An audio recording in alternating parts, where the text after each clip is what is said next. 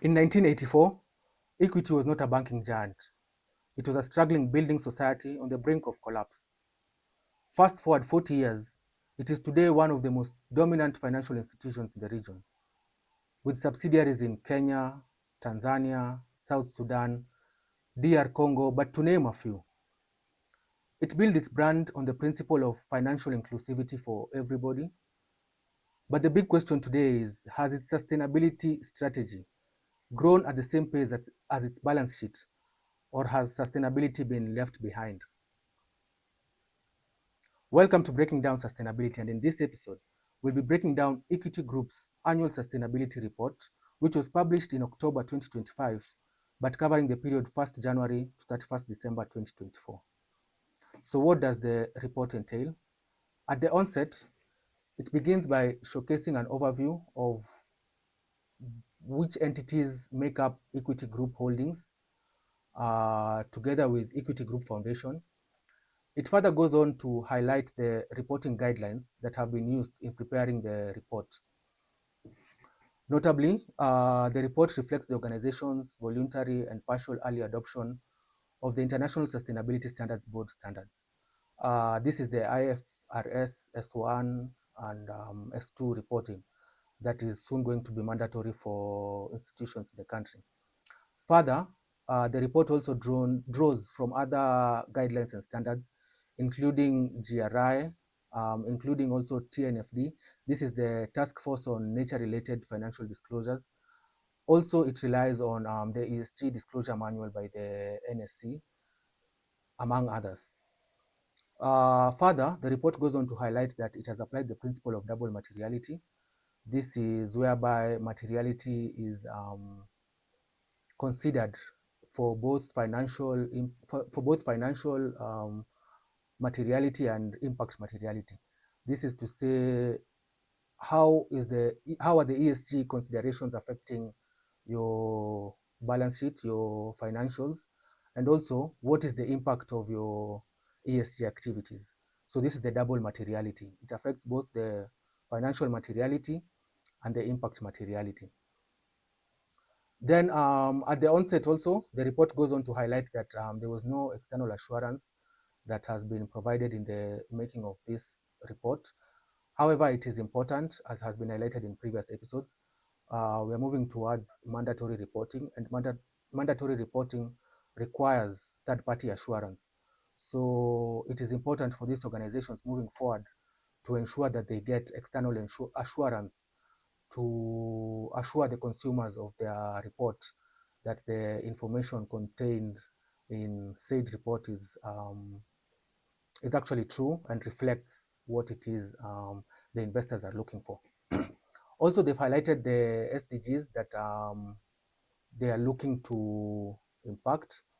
Then they go on ahead to highlight the chairman's statement and the CEO statement. As highlighted in previous episodes, this showcases the independence of the different offices. Since the two offices are not held by the same person, then both offices give a different statement depending on the different areas that they feel are important in the report. Consequently, the report goes on to highlight the 2024 sustainability highlights, highlighting what they have been able to do in the various categories. As regards environmental stewardship, they were able to revise the framework for risk management in the environmental and social management system. They were also able to quantify the environmental and social risk in credit management. Further, they were able to digitize the recording of greenhouse gas emissions through an in-house built tool. So this is to say that they were able to build a tool that they will be able to record and collect their data for carbon emissions, which is commendable. This is the direction we want our organizations to be taking. We do not have to wait for tools to be developed by external third parties so that we are able to achieve some of these targets that we have as regards ESG.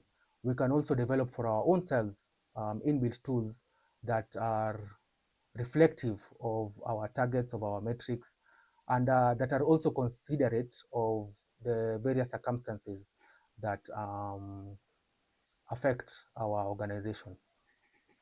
So further, they were also able to highlight the awards and recognitions that they were able to win within the year.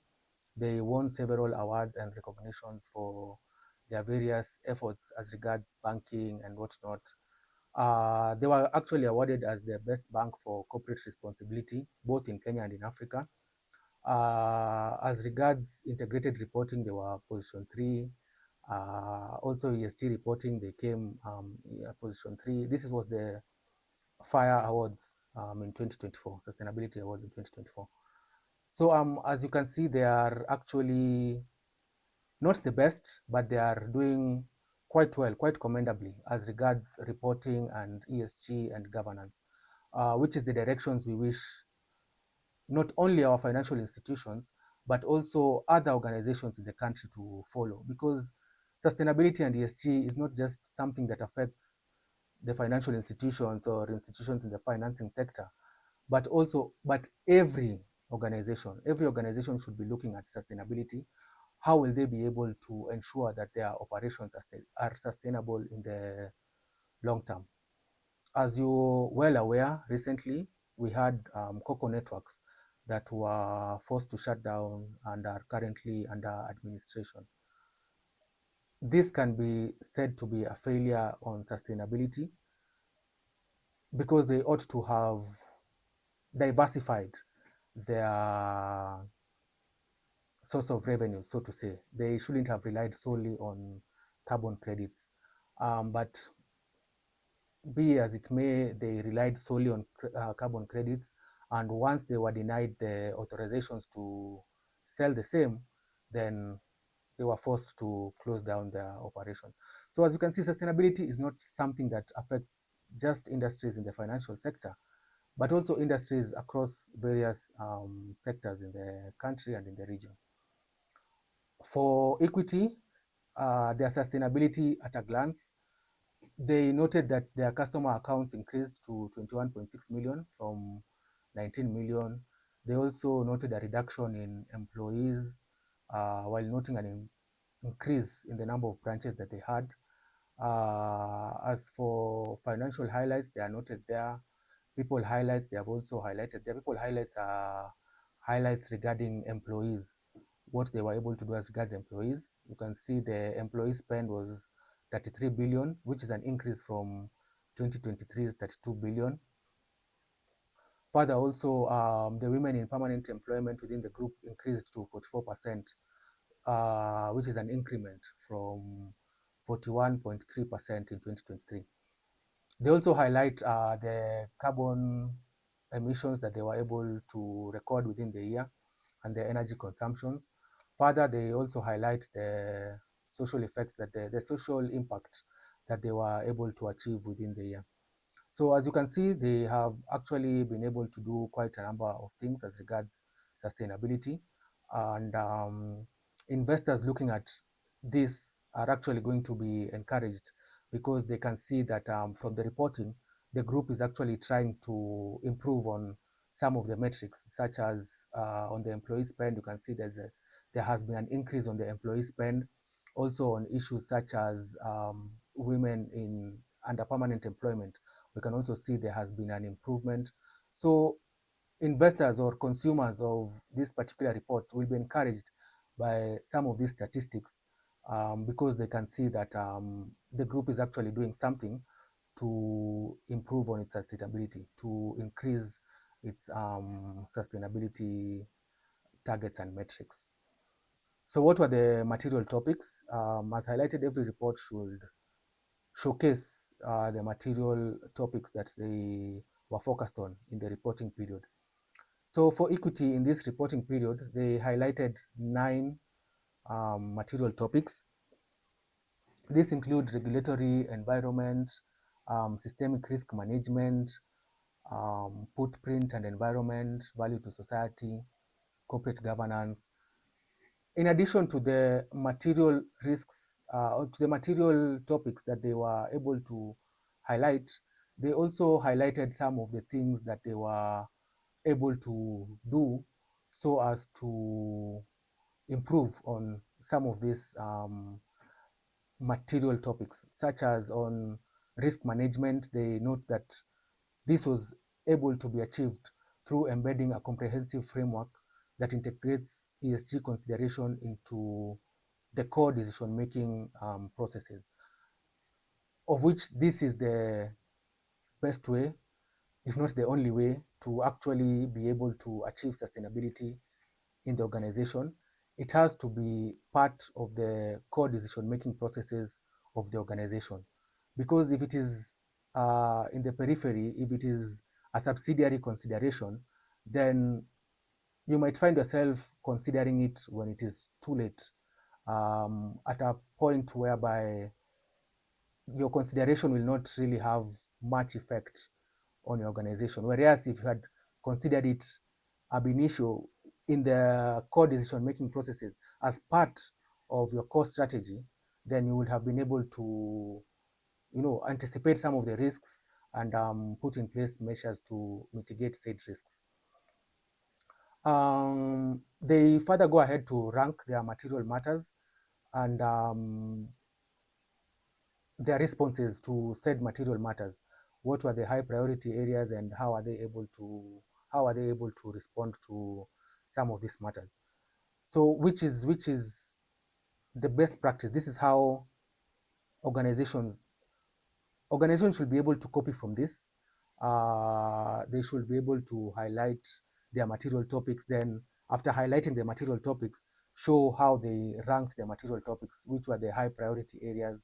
And then, on top of showing the high priority areas, how they were able to respond to this.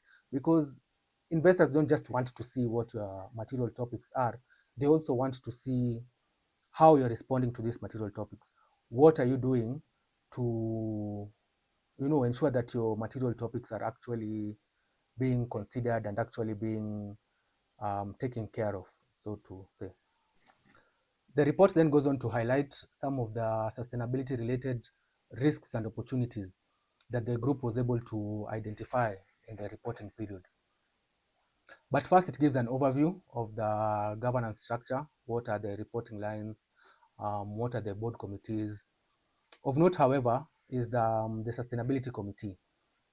You will note that Equity has a sustainability committee whose main role is really to ensure that the group is moving in the right direction as regards sustainability.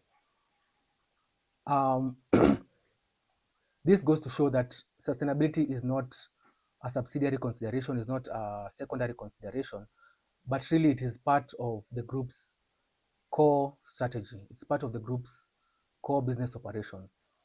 And this is the direction that organizations in the country need to take, because investors and financiers are now looking to see whether you are able to embed sustainability into your strategy. Are you able to embed it into your core business operations, or is it still a secondary consideration? Is it still being made to seem as if it is discretionary and not a core consideration of the organization? So this is one of the ways that organizations can do that, by having sustainability committees. Other organizations have sustainability executives, but really there are various ways of ensuring that you have embedded ESG as part of your core business strategy. The report goes on to highlight the responsibilities of the board as regards sustainability. As you know, the board has the general oversight responsibility of the organization. So as regards sustainability, what exactly are the responsibilities of the board? So the report highlights some of these responsibilities, including approving the ESG policies, ensuring the group has the right people in place, the right tools, the right systems, ensuring that the group is actually performing as it should. This is monitoring the group's performance. Um, of note, they note that the board receives quarterly ESG reports. This is to show that they're alive to the fact that this is still an evolving field. it is not fully established. Things are changing every day. So if you are to wait for only the annual report, then you will find that you're left behind in a lot of things. Things came, they went, and you're still at a position whereby you're disadvantaged. But with this approach whereby the board is receiving quarterly updates, then they are able to be more alive to changes, and they can make better decisions as regards sustainability. The report also highlights the responsibilities for various committees as regards sustainability, what exactly is expected of the various committees as regards sustainability. It also highlights what they are able to do within their other subsidiaries as regards ESG. They note that each subsidiary has an in-house ESG team, which is commendable because ESG considerations are different for different regions. So if they were to have just one ESG team, then definitely some subsidiaries will be disadvantaged. But however, with the approach of having a dedicated ESG team in each subsidiary, then all the subsidiaries will be moving in the right direction as regards ESG. They also highlight what they are able to do as regards risk management for ESG. They note that they have a 3 lines model whereby they first own and manage the risk, then they have oversight whereby, you know, now on top of, now we have identified the risk, what are we doing to ensure that we have managed the risk, we are not going to be affected by the risk, or we're going to mitigate the effects of the risk. Then the third is independent assurance, which is internal audit to ensure that their risk management processes are actually at par, they are actually, up to standard. Then also they have highlighted some of the governance feedback, the grievance feedback mechanisms. How do they receive feedback as regards grievance, and how they respond to the same. They've also highlighted some of the governance policies that they have. They note that they have a stakeholder engagement policy, a dispute resolution policy, board appointment policies, information security policy. So all these policies are actually important, and these are some of the considerations that investors have before they put their funds into your organization. Do you have some of these policies? Are you alive to, some of these considerations? Do you have a disclosure policy, or you don't? If you don't, what are your plans? Do you plan on having one? And these are the things that you need to be reporting. If you do not have some of these policies, you can report that you have actually started the process of developing some of these policies so as to improve the confidence of your investors and your other stakeholders. The report then highlights some of the sustainability related risks and opportunities that they were able to highlight. They note the anticipated impact on the strategy. Further, they also note their response. They have highlighted their response to some of these risks and opportunities. Notably, also, they were able to mobilize a total of 244 billion in sustainable finance, which is quite commendable, which goes to show that there's actually, finance in the sustainability sector. You just need to ensure that you have aligned your strategies and your policies with what the investors and financiers are actually looking for. The report then goes on to highlight the group sustainability strategy, noting that the same is based on 5 core pillars, including a low carbon just transition, social transformation, climate change and natural capital, operational resilience, and transparency and disclosure.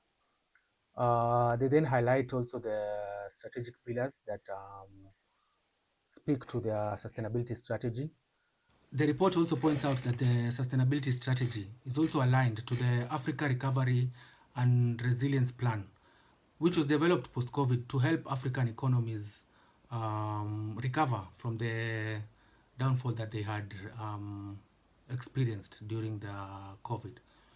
Further, they also highlight the impact of sustainability risks on the strategy and their response to some of these highlighted sustainability risks and opportunities. So what exactly were they able to do as regards some of these sustainability related risks and opportunities? The report also highlights the environmental and social risk management. What exactly were they able to do as regards environmental and social risk management? Then they highlight the metrics and targets that it then highlights some of the metrics and targets that inform this report, including on energy, in water consumption, carbon emissions, and waste management. They have given a breakdown of the various subsidiaries. Notably, Kenya had the highest grid-based electricity consumption, also the highest water consumption, and this is to be expected really, noting that the biggest subsidiary is the Kenyan subsidiary, home ground. So definitely the consumption in Kenya will be higher. They've gone on to highlight the waste that was generated and how they were able to manage said waste. They've also given the metrics on greenhouse emissions, what were their scope 1 and scope 2 emissions for the various subsidiaries. This is highlighted here. As regards climate performance, they report that they were able to disburse up to 26 billion in climate-aligned financing, which shows their commitment to climate change and their support in restoration of the environment. Further, they also note that they were able to plant 5 million trees across its markets. So they are doing quite commendably as regards climate performance. They also give a highlight of the performance of their customer service indicators, which include the complaints rate, the customer effort score, the net promoter score. They further highlight what they were able to do as regards customer issue resolution.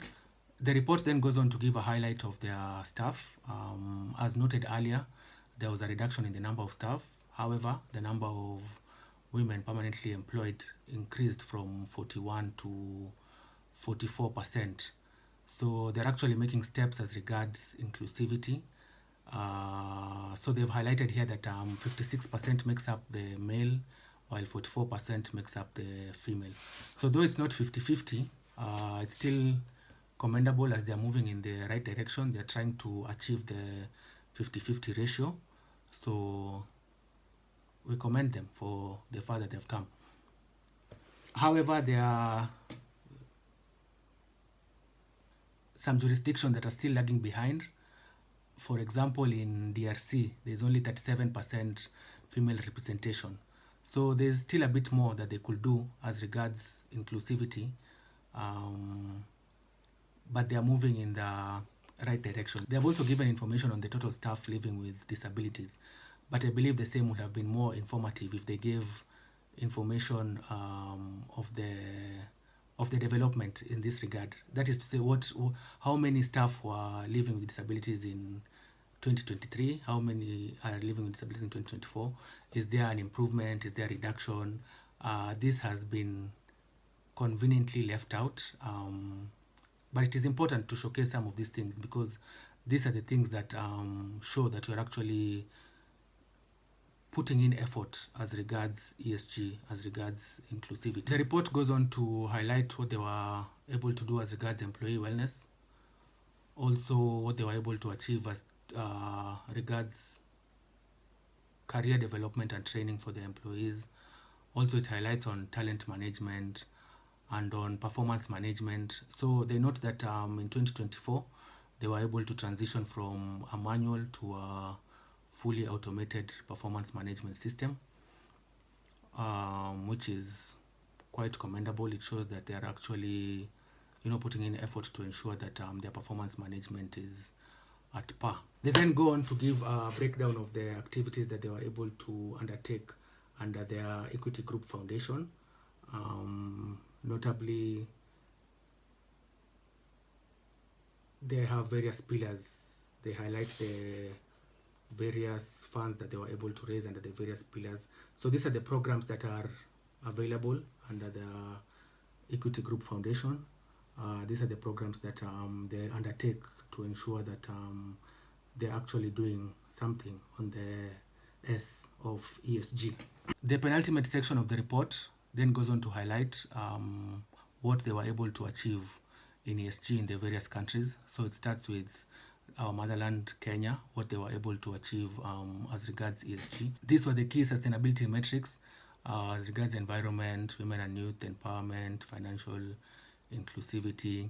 So they also have a sustainability report user story, whereby from every country they highlight what they were able to do from the lens of one of the organizations that they were able to impact. So from Kenya, we had Grimo Hygiene Services, which received financing from the bank and were able to do quite commendably as regards sustainability. So they've also highlighted the performance in the other countries, including Uganda, Tanzania, Rwanda, Congo, Tanzania. Then the final section in the report is on the index, the content index, whereby they have highlighted the GRI index and also highlighted the IFRS S1, S2 checklist. And that marks the breakdown of Equity Group Sustainability Report 2024. As noted earlier, it reflects an early and a voluntary adoption of the ISSB standards. So for organizations looking to adopt the IFRS S1, S2, this could be a good starting point. You can go through the report, see how the reporting is done. Also at the end, there's a checklist. So for information that is not provided for in the report, they actually tell you where the information is reported. And if it is not reported, then they have a duty to disclose that the same is not reported. All in all, it was a detailed report, although it could do with improvement in small areas here and there. It is a good report, and it goes to show that Equity is actually concerned with sustainability and that the same is not just an afterthought. That is all for today. Looking forward to seeing you in the next episode, where we'll be breaking down KCB's sustainability report.